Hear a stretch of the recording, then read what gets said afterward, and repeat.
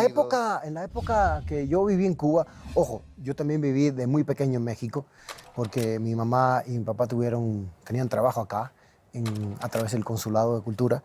Y entonces yo llego a México a los 2 años. Por eso hay personas que me dicen, oye, Camejo, si tú eres cubano, ¿por qué te gusta la banda? ¿Por qué eres fan del Recodo? ¿Por qué le vas a Sultanes? No entendemos el proceso. Claro, ahorita lo platicas todo. Y entonces es que yo crezco mi primera parte de mi vida en México, llego a los 2 años. A la edad de como seis, estoy mirando a mi mamá, que es la que me dice más o menos, porque como 6, 7 años regreso a La Habana, Cuba, pero yo no tuve un momento difícil en esa época, porque esa época era la época de oro en Cuba, por decirle de alguna manera. Era cuando el campo socialista estaba en su pleno esplendor, y a lo mejor no tenías el último grito de moda, no tenías ese televisor a color. Ojo, yo no soy el común denominador de las personas en Cuba, ¿no?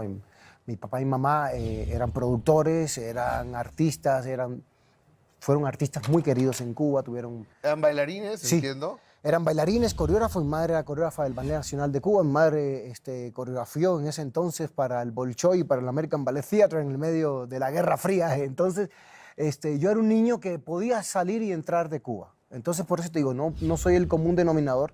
No te puedo decir a ciencia cierta cómo era en sí. Pero por lo general, esta etapa en Cuba era una etapa bonita, una etapa donde salíamos a jugar a la calle. Fue mi etapa de la escuela de arte. Yo a los 8 años entro en la escuela de arte. Pero espérame, Julio, déjame hacer un paréntesis. Pero estaba alrededor tu comunidad de amigos y de amigas que están muy limitados. O así lo puedo percibir yo, o estoy en un error.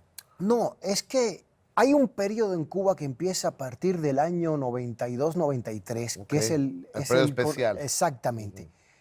Pero es mi época también de salida de Cuba.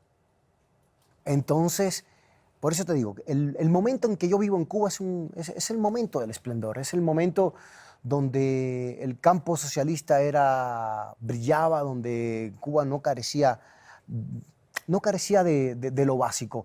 Había comida para todos, había seguridad, había salud, y uno como niño, pues lo que te interesaba era jugar y que tus padres te dejaran jugar, y mientras tú tuvieras un bate de béisbol y una pelota, eras feliz. Y yo, que me dedicaba a estudiar en la escuela de arte desde las 8 de la mañana hasta las 6, 7, 8 de la noche, pues no me la pasé mal, a decir verdad. Yo recuerdo que Cuba tenía 2 canales de televisión, El corrígeme. canal 6 y el canal 2. Y había un personaje que era una caricatura cubana que luchaba contra los yanquis. El Pidio Valdés. El Pidio Valdés, correcto. ¿Creciste con las caricaturas del Sí, Pidio claro, Valdés? crecí con las caricaturas del Pidio Valdés y con las caricaturas rusas. Eso sí, en Cuba, sentarse de 6 a 7 de la noche a ver las caricaturas era un shock, porque era Tusa Kutusa, en ruso, Bolek y Lolek, el desollinador, todo, que a decir verdad no eran muy agradables, no eran muy amenos, eran como caricaturas muy dirigidas y vaya, no eran graciosas. Entonces, Parece un coco wash a los chavitos. Sí, O sea, el Pidio también, ¿no? de cierta manera, pero también de cierta manera el Pidio Valdés evocaba la figura del mambí cubano. Del mambí es ese hombre que se levanta a través de Carlos Manuel de Céspedes, la primera persona que toca la campana por la liberación de los esclavos en Cuba, es el último país de toda Latinoamérica que empieza el último país que logra independizarse de España. Por ende, el mambí se le denomina al hombre que integra las filas de insurgentes, por decirlo de alguna manera, que van en la Guerra Grande, la Guerra Chica, la del 95, que es la lucha contra España por la liberación. Oye, Julio, yo te quiero preguntar, ¿había influencia del cine mexicano? Cuba, no solo en la época la época que yo estuve allá, que fueron los 70s y 80s, de siempre, teniendo en cuenta que Cuba era quien tenía los cabarets, México era quien tenía el cine. Claro. Y entonces si tú no triunfabas, si como artista no venías a México, no te dabas a conocer. Y si como artista no pisabas Cuba, los grandes cabarets, hablando de Tropicana y la televisión. Cuba tenía CMQ en ese entonces, que era 2 grandes programas, jueves de Partagás y sábado de regalías, o jueves de regalías y sábado de Partagás, algo así. Y entonces nosotros nos acostumbramos a un Trío de los Panchos, a un Jorge Negrete, Pedro Infante. a un Pedro Infante, a esa influencia. Cantinflas. A Cantinflas, al Indio Fernández. Tenemos esa influencia del cine mexicano. Yo de chamaco siempre escuché a mi abuela, fuera cuando regresé a Cuba incluso, yo las canciones que escuchaba mi abuela, que en paz descanse, era José Alfredo Jiménez. Era ese tipo de música. Bueno, es que ¿quién no va a escuchar al maestro, al gran José Alfredo Jiménez, el mejor compositor de la historia del mundo mundial de ese país? Y lejos, para mi gusto, ¿no? Digo, porque... No, para mí también. Y aparte tiene el mérito que sin saber de música hacía una gran música. Exactamente. Dice mi madre porque mi madre ahí donde tú la ves, inauguró Blanquita, ella fue Miss México, bueno, no sé cómo se llamaba en ese entonces, Reina de Belleza, en el año 59. Ajá. ¿Y ella representaba a Cuba? No, de México. Es que parte de mi familia también es de México. Entonces, por eso ese sincretismo de Julio Camejo. A ver, ¿tus papás son cubanos, son mexicanos? ¿Qué son, Camejo? No. Porque ya estoy perdido yo. No, mis papás son cubanos, Ajá. pero parte de mi familia, por parte de madre, vinieron a México por el rollo de los centrales azucareros. Ok. Entonces, venían, iban. Entonces, mi madre en ese entonces trabajaba aquí en un lugar que se llamaba el Cabaret Los Globos y en el Blanquita. En ese entonces tenía el espectáculo. Era el Teatro Margosú en aquel entonces. Tanto como eso, no sé, Gus, yo no había nacido, pero en la casa yo de vez en cuando... Antes del Blanquita era el Teatro Margo. Me encuentro los periódicos con ella, con Resorte, había un dúo, Corona y alguien. Corona y Arau. Corona y Arau, Palillo. Y entonces me cuenta mi madre que José Alfredo Jiménez le tocó una ocasión que estaba componiendo, silbando. Decía el pianista. Y entonces el pianista, a partir de ahí empezaba a hacer la música. En la época mía, ojo, cuando digo en la época mía es porque toda concepción de concepto va en dependencia a la moral establecida en la época, en determinado periodo. Totalmente, ¿no? Sí. En mi época, en la época de los 80, que es la época de la convicción, que es cuando se crea el hombre nuevo, realmente yo no te puedo hablar después del 92, 93, porque no estuve en Cuba. Como tampoco te puedo hablar desde antes del 59, Sí, porque no estuve. Conozco lo que los libros de historia me dicen y después del 92 conozco lo que la opinión me dice. Pero no te puedo hablar yo en primera persona porque no estuve. En mi época, ser un jinetero era ser algo despreciado. Era ser algo despreciado porque ibas en contra de la convicción de lo que muchos creíamos en esa época. ¿En qué sentido? A nosotros nos crearon unos principios y unos valores basados en la lucha, en una supuesta lucha contra Estados Unidos de América, que no es ningún santo. No le estoy quitando... Sí. Méritos a nadie. No pero aparte así te educaron, punto, ya no hay más. Entonces, a razón de eso, tú creces con una concepción. No puedo decir si era bueno o era malo porque no conocí otra cosa, era eso. Pero ser jinetero era prostituirte. Y en mi época el concepto de prostitución era tan lejano a la ética moral que se vivía, porque en mi época era ir a la escuela del campo, un mes al año de mi etapa estudiantil, un mes al año, tú tenías que dedicárselo a ir a trabajar al campo. Habían los domingos rojos, que era... Gratis, claro. Sí, claro, era gratis. Los domingos rojos, que era trabajar en pos de la cuadra, de la colonia. El plantareco, las guardias... Bueno, a mí no me tocó la guardia CR porque era muy... ¿Plantar qué? El plantareco era como recoger toda la basura de la ciudad. Y te voy a hablar desde la perspectiva donde yo viví y en el momento en el que viví, porque no lo puedo analizar desde ahorita. Si yo lo analizo, si Camejo lo analiza desde ahorita, digo, qué bueno que fui a la escuela del campo. Sí, a veces me molestaba, o a veces no, porque la verdad, sí, trabajabas todo el día, pero en las noches, uff, cómo se disfrutaba, hermano, cómo se disfrutaba. Pero también todo eso me forjó el carácter para jamás rendirme. Para cuando las cosas han estado difíciles, sé qué cosa es no tener nada en la barriga. No me asusta no tener nada en la barriga. Sé que ¿Pasaste hambre allá en Cuba alguna vez? cuando empezó el periodo especial hubo una situación muy difícil. De la noche a la mañana se acabó todo. Tú llegabas a la bodega, que es el supermercado de aquí de México, ahí había un letrero que decía no hay nada. Pero, te repito, era la época de la convicción. Era la época donde decíamos, si no hay nada, no pasa nada. Si vamos a pasar hambre, pasemos hambre, pero no nos vamos a doblegar ante este bloqueo que nos tienen puesto. Era la manera en que uno pensaba. Sí recuerdo a mi madre, a mi padre, nos daban medio pan que nos daban en el súper para cada persona, y recuerdo que yo siempre me comía un pan. Yo jamás entendí, hasta que crecí, que era porque mi madre y mi padre se quitaban ese medio pan para que nosotros tuviéramos un pan. Pero eso me Qué enseñó maravilla, ¿no? que si el día de mañana yo me tengo que quitar el pan de la boca para que mis hijos tengan que comer, lo voy a hacer sin dudar. Así es. Entonces, esa es mi etapa en Cuba. Corta, pero me hizo el hombre que soy. Y cuando digo eso, Gus, es que sí hubieron momentos difíciles, pero creíamos en algo. Creímos en un sueño, y es la generación de oro.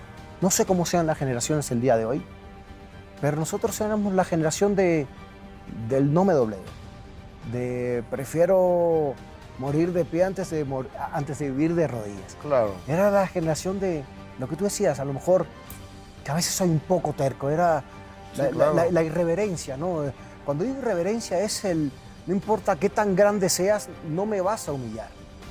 No me vas a humillar y aquí vamos a estar. Y ese aprendizaje, porque es la escuela. Esos 10 años que yo pasé en Cuba fueron mi escuela. Es la escuela que me educó para poder salir adelante. Y cuando llegué y me quedé solo, porque básicamente a los 16, 17, 18 años, 19 años, tú crees que eres un hombre, pero eres un niño. Claro. Y cuando te tienes que enfrentar al mundo con 19 años, con toda la perversidad, con todo lo bueno, pero también todo lo que te llama de todos lados, es lo que te mantiene. En la escuela de arte son 8 años que tocas todas las materias, das danza clásica, danza moderna, acrobacia, historia del arte, historia de la música, solfeo, teoría, instrumentación. Acrobacia de dar vueltas, marometas. Sí, dar todo vueltas eso. para adelante y para atrás, das clown, es una escuela muy completa. Qué padre. Sí, son 17 asignaturas. 17, sí, Y das empezaste todo. a trabajar tú de bailarín. Sí, esa es mi primera vocación, Ajá. el baile. Yo dejo el baile porque se me rompe el talón de Aquiles bailando. Yo bailaba, en esa época estaba en Italia. Se me rompe el talón de Aquiles haciendo la coda de Don Quijote, y a razón de eso la medicina no estaba tan avanzada como ahorita, y nada, se me acabó la carrera. Entras en una confrontación con el de ¿Y arriba. a qué edad se te acaba la carrera? A los 19 años. Seguramente esa fractura de talón de Aquiles es uno de los minutos que cambian tu destino, Camejo. Sí, uno de ellos. Uno de ellos porque... ¿En dónde estabas bailando? ¿Estás en Italia? Sí, en la Scala. Y de repente, ¿en qué movimiento haces eso para que se te rompa el talón? La coda es el momento brillante, el momento virtuoso de la ópera. Y la coda de Don Quijote se acaba, bueno, la parte final es, técnicamente es tombé, pas de bourrée, assemblée, doble tour. Tombé, pas de bourrée, doble tour son 2 vueltas en el aire. ¿Y tú dabas así 2 vueltas en el aire? Sí. Ok, ¿y luego? Y al final haces punta, cuarta y empiezas a hacer pirué, pirué, pirué. Pirué son vueltas. Pirué, pirué, pirué. Y al final yo hacía pirué, pirué, pirué, y al final doble tour. y a la cuarta, bueno, al piso, ¿no? Así, básicamente. Básicamente era esto, ¿no? Yo hacía pirue, doble tour, caía, y entonces caías croisé. Y el doble tour ya no te lo vienes ahorita, ¿verdad? No, ya pasaron como 15, no, ya pasaron más. Entonces, cuando caigo, parece que había mucha brea en el piso y el pie se me queda y ¡pum! Se me rompe el talón de Aquiles. ¿Y qué hiciste? ¿O qué hicieron? Sientes un Porque dolor hace que te un hace... dolor tremendo, ¿no? De momento nomás veía las luces así, de frente, y hasta que traté de caminar ya no caminaba igual y nada, entra el suplente, ¿no? Y entiendes que está jodido. Sí, que te chingaste. Empecé. Fue un momento donde entras en una confrontación con todo, contigo, con todo, con la vida, con el de arriba. Mejor, fueron 10 años, no tuve infancia. Yo no conocía lo que era el alcohol, la fiesta, en el sentido de... Pero te desquitaste, ¿no? No, claro, porque el rollo está en que cuando tú eres un bailarín, al menos en Cuba, que empiezas desde los 8 años, eres como un atleta de alto rendimiento. Para llegar a esos niveles a los 17, 18 años que estás en plenitud de tu carrera. Y... Sí, porque el Estado aparte está invirtiendo en ti. Sí, definitivamente. La escuela en Cuba es gratis en ese sentido. Y entonces... Nada, yo no entendía, era un proceso que no entendía el por qué se me había robado la oportunidad, había que culpar a alguien. Y... ¿A quién culpaste? A Dios. Sí. Oye, pero ¿tú creciste sin una religión o no? O sea, porque en Cuba entiendo que no hay religión. En Cuba sí hay religión. En Cuba es un sincretismo religioso. Un sincretismo religioso entre la religión católica y la religión yorubá. Entonces... La santería. Sí, ese santi que viene del santo en latín, irá o iré, que es estar bien en yorubá. ¿Y tú eres santero? No. No practicas la santería. No. Yo creo en Dios como... Qué bueno, eso me gusta. Sí, yo creo en Dios. O sea, Dios. porque ya ves que luego eres hijo de Oshun y Yemayá y no me acuerdo qué. Pero lo que a mí no me gusta es cuando dicen hay que sacrificar animales. Yo ahí sí pinto mi raya. No, pero yo creo... Yo no. Yo tampoco, pero yo creo que es como en todas las religiones. Hay cosas buenas y cosas no tan buenas, porque no es la religión en sí. Tú lees el Corán y te habla de la paz. Y lees el libro de Ifá y te habla... El problema es el hombre que tergiversa la religión. De acuerdo. Entonces, es ese hombre que... Que la malinterpretamos. Exactamente. Que la malinterpretas en beneficio propio. De acuerdo. Y entonces, en esa época, en Cuba era difícil porque no se permitía la religión. Entonces yo crecí siendo... Mis padres siempre me dijeron, cree en algo más allá y respeta ese algo más allá. Yo le estaba enseñando a mi mamá cómo se mandaba un mail. Okay. Le estaba intentando mandar los pasos y empezamos porque en ese entonces mis padres estaban en Venezuela con lo de los Miss Venezuela. Coreografiaban los Miss Venezuela. Okay. Y entonces aparecía como de este lado un rollo de vente a vivir o vente a Cancún, a Villas Marlin, $300 el mes. Y a mí lo que me daban de subvención era 10.000 liras, que era aproximado a $1.000, y con eso en Milán no vives ni a trancazos. Claro. Agarré y me vine a Cancún.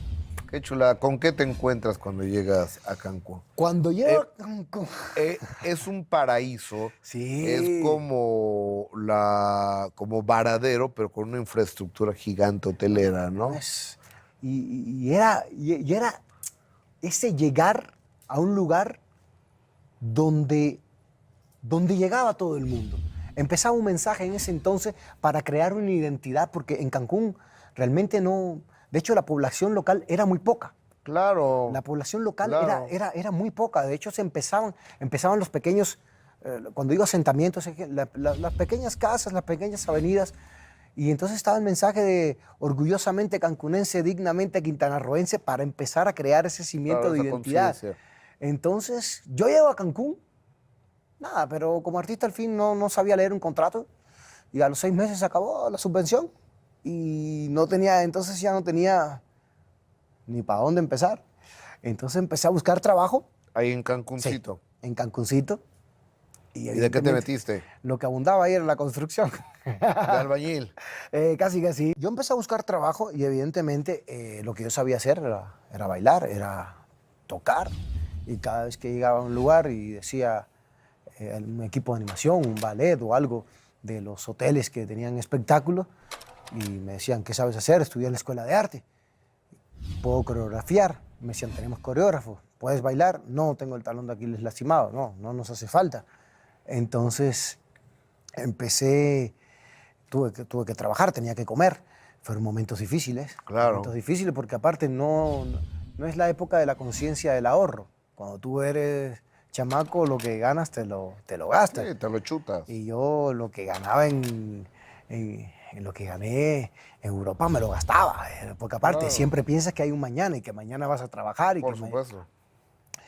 Y estuve trabajando como 21 días en la construcción y me hablaron para limpiar albercas en el Crown Prince. Empecé a limpiar. Oye, pero a ver, en la construcción, digo, porque el ser albañil, volvemos a lo mismo. Es como el béisbol, que uno lo ve bien yo era el que sencillito. cargaba las carretillas. O sea, bien sencillito, pero poner un ladrillo sobre todo es una friega. Ese era el maestro. Yo era el cargador de carretillas, el que cargaba los bloques, literalmente el mulo de carga. No. Aunque sí aprendía a la manualidad de tirar la mezcla. Tío, empezaba a aprender ese rollo, ¿no? Claro. Pero Y te hablaban para limpiar albercas. Y luego. sí, empecé a limpiar albercas, que fue un trabajo que odié, porque era entrabas a la 1 de la mañana, cuando se cerraban la alberca, y tenías que entregarla a las 5. En octubre fue eso, imagínate, frío, la humedad. Cancún es frío. Cuando en la noche. Cuando en la noche y la piscina volada, entonces era algo que no me gustaba hacer, pero bueno, había que hacerlo. Recoger todos los vasos, dejar la piscina lista para que los turistas tuvieran su espacio. Y ahí duré otro mes más y me pasaron las toallas. Ya era el toallero. Ahí era todo lo contrario, era estar abajo una palapa con un calor infernal. Pero a mí se me daba el rollo de la plática, como ya sabes. Claro, como tú eres. Y entonces, no hablaba muy bien inglés, pero sí manejaba bien un poco el francés, un poco el Deutsch, un poquito el italiano. Y entonces me era muy fácil comunicarme y en ese entonces, pues, lo único que hacía era el tiempo que tenía, que era lo que te sobraba cuando eres toballero, es tiempo, te sobra de abajo. Claro. Es leer. Es leer. Entonces empecé a estudiar de la historia de los mayas, de todo el corredor, de todo. Qué interesante, ¿no? Sí, aparte la grandeza. Astrólogos, astrónomos, arquitectos. Es la primera civilización del continente que utiliza la escritura. Nada más para empezar. Okay. Imagínate, nada más para empezar, la civilización que descubre el ser, el positivo, el negativo, el bien, el mal, que no tienen un infierno, tienen su inframundo, tienen la tierra y tienen el cielo, y el inframundo no es un lugar malo, es el lugar donde recargas la conciencia para poder elevarte. Son gente que están del otro lado, ¿eh? ¿Cuánto duró tu etapa de toallero? De toallero duró casi un mes porque... Ya llevamos 3 meses. ¿Y luego qué pasó? No, ahí tuve varios años. Un mes porque en los hoteles que son all inclusive, al final... Todo incluido, sí. Al final tú tienes que llenar un cuestionario, entonces... Así que te atendió bien. Y al final ve el empleado del mes. Y como yo era el que siempre se llevaba bien con todo el mundo, el alivianado, el que resolvía todo el rollo, hacía falta, lo que hubiera falta, Camejo te lo resolvía. Un día veo una persona elegante, un tipo de 1,80, vistoso, vestido completamente de blanco, que venía evidentemente por el pasillo. ¿A qué vienes? A buscar una toalla, ¿no? Entonces, Claro. yo lo que hacía, ¿qué tal? ¿Cómo estás? Buenas noches. ¿De dónde nos visita? ¿De dónde eres? No, de Acapulco. Qué bien, mire, veo que vienes vestido. Aquí hay una promoción en traje de baño porque si los compras en el hotel te van a salir un poco más caro, pero si vas aquí al pueblito, al hotel de al lado, tienes un descuento del 30%, evidentemente te dan tus bonos. comisión, para, claro. Tu comisión. Y él me dice, no, yo no vengo a comprar traje de baño ni vengo por una toalla, yo soy el gerente del hotel. Madre, ¿Y te corrieron? No, a todas estas no. Yo digo, carajo, el gerente del hotel, ¿para qué viene conmigo, no? El gerente del hotel y yo promocionando. Y yo promocionando el pueblito, que era el hotel de al lado. Y entonces me dice, no, yo vengo aquí porque pregunté en Alimentos y Bebidas quién era Julio Antonio Sánchez y nadie sabía. Estuve en el departamento de animación y deportes, pregunté quién era Julio Antonio Sánchez y nadie sabía. Hasta que alguien me dijo que Julio Antonio Sánchez era el de la toalla y el de la toalla salió el empleado del mes. Y me dice, ¿no te gustaría entrar en el equipo de animación y deporte? Y yo le dije, sí, pero es que ya llené mi solicitud y todo, pero Sergio, que era el gerente, me dice que no puedo porque tengo mi talón, no puedo bailar a todo lo que ellos quieren, ¿no? Y hay ciertos deportes que todavía no puedo hacer. Me dice, a partir de hoy entras. Entonces, a partir de ahí, empieza mi vida como Gio en los hoteles. ¿Qué hacías? ¡Buah! Eso era una maravilla. Divertir a la gente, hacer Y juegos, aparte voleibol playero. No, pero aparte era una maravilla porque, imagínate, el sueño de cualquier chamaco de 20, 21 años, que cuando se toman el año sabático, es llegar, agarras, desde que estás en la mañana, estás en la piscina, eres el centro de atención de todo, porque tú eres quien hace los juegos, tú eres quien entretiene a la gente, tú eres el jefe del entretenimiento. Claro. Y al mismo tiempo, en la noche, eres el jefe de la noche. No, yo entro en contacto con mi familia. O sea, ¿a tu mamá no le hablabas ni nada? Es que justo mi mamá se va a Venezuela cuando yo me cambiaba cuando yo hacía ese cambio a México, perdimos el contacto y como 4,5 años, 5 años después, hubo una turista colombiana, ya mayor, que nadie la pelaba porque evidentemente era mayor y todos los animadores que eran veinteañeros estaban para Para chavas. para claro. las chavas. Sí, sí. Y yo, pues evidentemente había pagado por estar ahí. ¿Qué onda? ¿Con qué te ayudo? Bla, bla, bla. Y una vez me dice, no, aquí estoy viendo la foto de mis hijos. Y entonces me empezó a enseñar un álbum de fotos.